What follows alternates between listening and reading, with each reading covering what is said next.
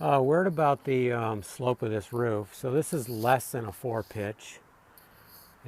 I'm not even sure what it is. It doesn't really matter because it's a low slope anyways. And we are going to be gacoing it. So we have the foundation with these 1-inch hemlock.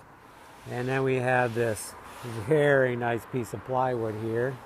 And we have another one just like it, which will finish the roof. So this is good on both sides. This side is even the best, but it's solid. It's I don't know if you can see that, but it's very solid plywood. There's no gaps in it. This is good stuff, really good stuff. And that's what we need. We need a really good solid foundation. Then we're going to put the drip edge on. Well, first we're going to put some more moldings on here. We need some more dimension to this thing.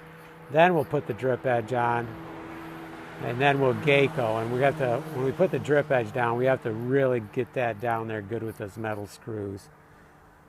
And just like the other roofs that we did, you can see one over there in the back there, sticking out. So that's where we're at, and we're going to treat it as a low slope roof.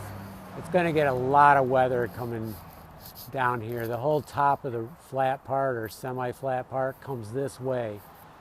So a good majority of the water from the house comes off here, is going to hit here, and then end up in our stone French drain down there, which maybe we need it bigger, but it seems to be working, so I think we're okay. The only problem we have is over here where it's hitting the sidewalk.